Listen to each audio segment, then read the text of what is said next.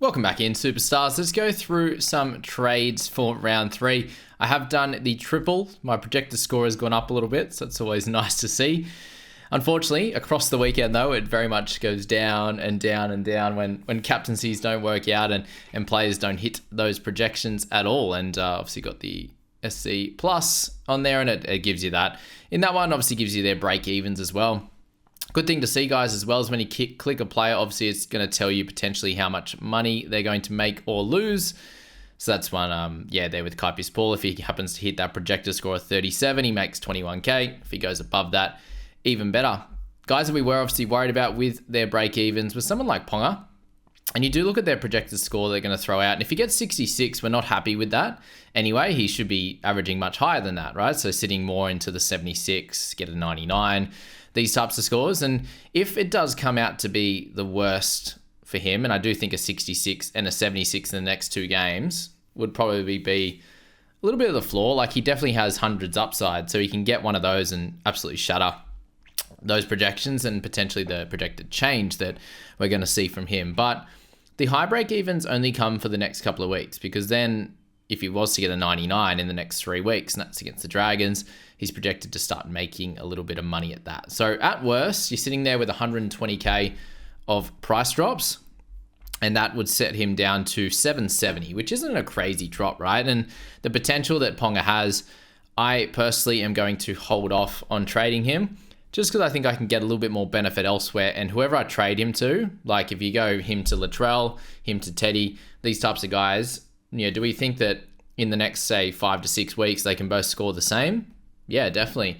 And a little bit of a price drop when most of the other teammates in this 25-man squad are making money. The only real issue I'm currently having, I did trade out Brandon Smith for Lussick. We'll show those trades now while we're here. Brandon Smith goes to Lussick. Helam Lukey goes to Josh Curran. And then I'm upgrading Jamin Salmon to Roger Tuivasa-Sheck. And we'll speak about that one in a second. But yeah, I just wanted to sort of discuss some of the guys that are going to be losing money for my side. And right now it's my big dogs. In Nico Hines, it's Cleary, Dylan Brown, Kalen Ponga, and depending how Tommy scores, Tommy as well. So all the expensive guys are potentially going to lose me a decent amount of cash, and that's the reason I am scoring where I am right now. All my top guns aren't performing.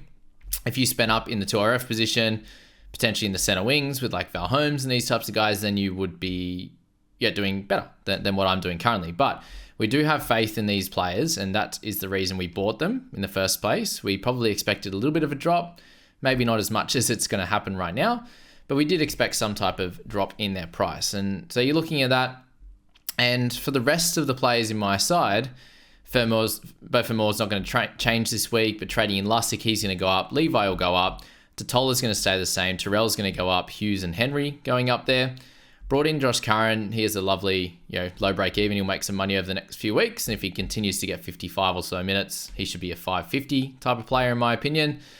So he's going to go up. Kaipi's Paul will go up, even off the bench. Chan will go up. Smithies will. Pikura going to hold, depending on how he goes. If he goes 60, 70, he'll hold. If not, he'll go down just a little bit. But he's so cheap, he'll start going back up. As I said, those 3 guys will go down a little bit. Metcalf's going to go up. Roger's going to go up. Leibart will go up. Same with Taylor, same with Tuapiki. Hutcho either stay the same or go up, depending how poor or good he scores.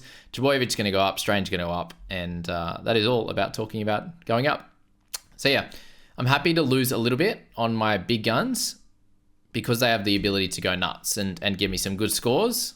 If they go down a little bit in the meantime, I'm not super stressed on it. Ponga doesn't have a bye coming up over the next period. Latrell Mitchell does. Guys like Teddy don't, but I do think the Ponga can bounce back. The Knights have swung the axe, made a few changes, and let's just hope that that's the case. In the head-to-head team, I'm deciding to trade him out. And in this team, my main one, I'm holding steady. That's going to be the plan. And my theory with these trades, guys, was obviously going down to Curran. I think I can hopefully make a little bit more money with him. And if he can continue to get decent minutes, and I imagine there's no way he goes under 50 minutes. So in that kind of range there, he can get into the 55 to 60 points. And if he can average that, he's at least got 100, 120, 130, somewhere like that, 150 to make, which is cool. He'll be a guy we can have in the team longer term, and I'm slowly removing my dogs players. So if Salmon goes out in this one, I've decided to hold Hutchinson over Salmon just because I think that he has more opportunity to go big. Like if the Dogs happen to win well this week, he could be a beneficiary of that and put on a few try assists, whereas I think Salmon doesn't have that big upside, and they're averaging the same. Hutcho hasn't had a great start. Give him another chance. He's not going to lose money, and we'll see what happens on that. But trading in Roger, I can only do him at that price. I was looking, if I did trade at Hutchison, I could go for a Talakai. So that was on the card as well. 600k that would give me in my side. And Talakai, the option with him was that I think that he's come out and started really, really well. He obviously has a lower break even than that of Roger. A bit more expensive. Has the buy in round 5, was a little bit of the worry. If I looked at both Rogers and so the Warriors draw and also the Sharks draw, I think they both have a very similar quality of outfits, teams to come. Obviously not playing the Tigers this week, the Wars, but Sharkies are. Talakai probably this week I think will score better, but we don't know how Warriors are going to, they're playing really well. How are the Raiders going to counteract a really good team in that of the Warriors? So that'll be interesting to see. And Roger being that little bit cheaper, probably longer term, can make some more money.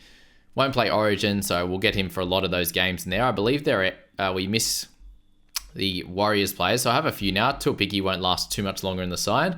We missed them for round 13 and also round 19, but that means we do get 14, 16, 17, and 20 out of Roger.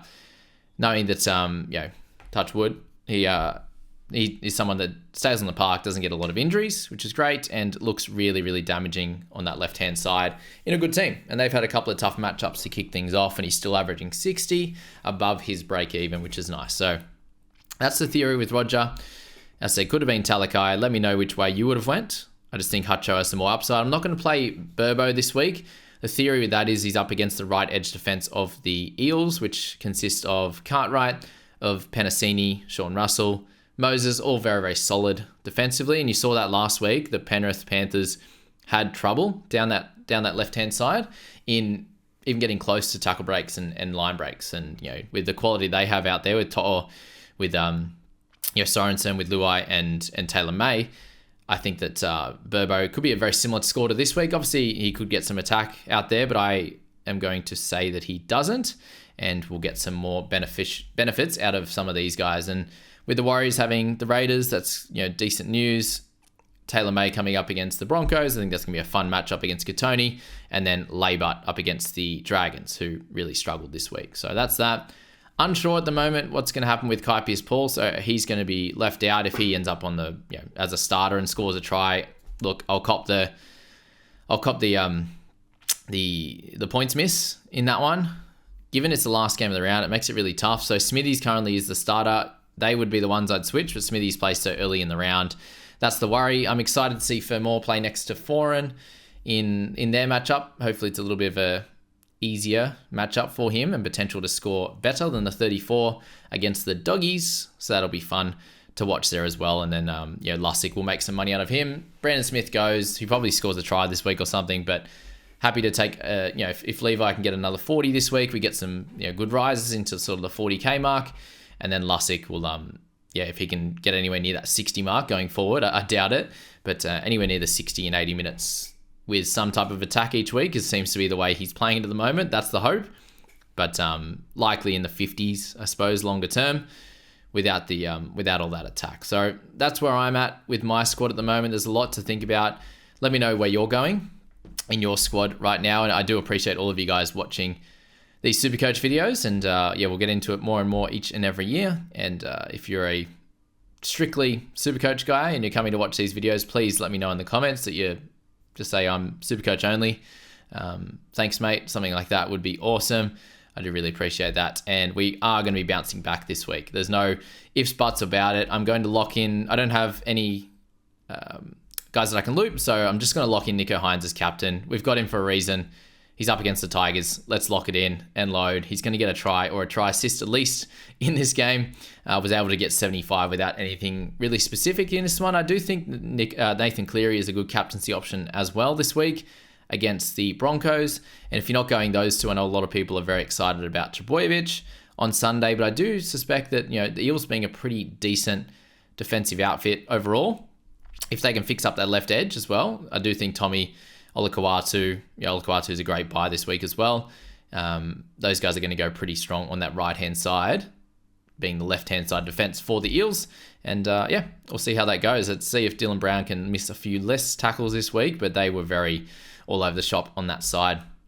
So it's a bit of a money-making week, and the hope is long-term, because we've got some good cash cows, we're doing well on that side of the ball, that eventually we'll end up with a very gun side and come over the top late. Only using one trade last week. We're 4 overall now. That's where we are on this team. Let's get into my head-to-head squad now. Okay, for the head-to-head squad, we'll get in and show my changes. I made 2 last week. We're going another 3. Obviously didn't start that great round 1, so we're looking to make some changes. And this one here, as I said, changing Ponga out for Latrell. Saves me a little bit of cash. Latrell's going to make some. I just think that little swing is going to be helpful. Latrell in good form. That's where we're going to go. That does free up a bit of cash for us and allows us to go Lukey to Olakau'atu. I think he's going to have a cracking start to the year, and yeah, he should have scored way more last week, and I definitely think we can benefit from the that side this week that I'm talking about, the left-hand side defense for the Eels. And yeah, as I said, Ola looks great. Manly looks great. He's going to get one-on-one with the opposition half very regularly and score some tries. So that's the little pod play I'm going for this week. I'm excited by it. And let me know if you are interested in that as well. And then Brandon Smith goes for Lussick. So traded him out in both teams for Lussick, and let's hope that Lussick outscores Brandon Smith, that's for sure. So that's where we're at in the squad at the moment. And that leaves us with Flegler being out. Liam Henry comes into the start and hopefully plays some bigger minutes there. With Terrell, we've got Sean Lane, Piakura, and Smithies. That means I'm also going to play Olakau'atu and Satili Tupanua. So hopefully, with the way that the Roosters ended up with their squad, Tupanua played okay, obviously with a try assist. We need him to hopefully get over for a meat pie try this week. That would be nice. So try to both of those guys sitting in my reserves would be lovely. Lane, hopefully to get a little bit more base would be nice. Pikura, some type of attacking stat would be delightful this week. So that's the hope there. Very happy with how my front row forward is set up. We'll make some money on all those guys, especially Flegler next week. 2RF, we're a little bit worried about the ability to go big out here, but hopefully, as I said, there's some try-scoring ability for Lane, Pikura, Olakau'atu, and Tupanua. Hopefully that is on show this week. Hines and Cleary. In this one, guys, I can do a little bit of a vice-captain loop, and the plan with this one would be to vice Drinkwater against the Dragons. That's the kind of general play. Guys, if you do have, like obviously Taylor May, he's an easy one to vice if you have someone that you need to, so just say in your center wings, you have Trebojevic, you're not super excited about, right? You could then, even he plays later, I can do this. So he plays the game after, a couple of games after the Cowboys game. So in this scenario, I can VC Drinkwater fairly comfortably, given he's the game before Nico, right? And then I can make the decision to bring out Trebojevic for Bostock if I want to loop. And yeah, I'm not too keen on Trebojevic to score. If he gets a 30-odd and I get a 20-odd from my AE, that's something I'm not worried about getting. So this one, I think Drinkwater can have a boom game. If you happen to have someone that was earlier in the week, let's just say you had to play like Ethan Strange, and he's the second game of the week, VC on like a Taylor May can work out well. If he has a banger of a game, then that's the way to play it. Sometimes with your loop, it's impossible to have like a later guy. So just chuck it on someone with a little bit of upside in a Taylor or something like that who can do a good job for you. So that's where I'm at the moment. I'm going to VC Drinkwater, and then if things go really well, Trebojevic comes out for Bostock in this team. So that's that. Obviously bringing Roger in the other team, it makes it a bit similar to this, but I have faith in that, and that's probably why I was looking a little bit at Talakai, but Roger seems like the easy pick there. So yeah, Dylan Brown in this one, got Galvin, so that's that position set for a little while. Roger, Laybutt, May, and Benny Trebojevic. So that's where we're going to go with this one. I think we'll still play Benny. Strange probably has a little bit of upside, but up against a tougher opponent this week in the Wars. I think we're going to leave him out. And then having Latrell and Drinkwater is a little bit different, that's for sure. But that's going to be a fun little pairing down below. I think they can both go nuts this week, and we need it from Drinkwater. That's for sure. As I said, picked all the low-scoring fullbacks, unfortunately. The only ones that haven't gone big are the ones that are in my 2 teams. So, yeah, very sad at that. But that's the head-to-head team. We will need to start slowing down on trades soon. But obviously getting our team sorted is the most important part over the next few weeks. And all of them making money, except for our most expensive guys, but making that trade, Ponga to Latrell, helps on that front. We do need Hines and Cleary to go big. I definitely think they can. We'd like a big one or two before they both have their bye in round 5 and round 6. So that's head-to-head squad, guys. Let me know where you guys are at. If you have any further questions, chuck them in the comments below. I appreciate you guys watching, and we'll see you in our next SuperCoach video.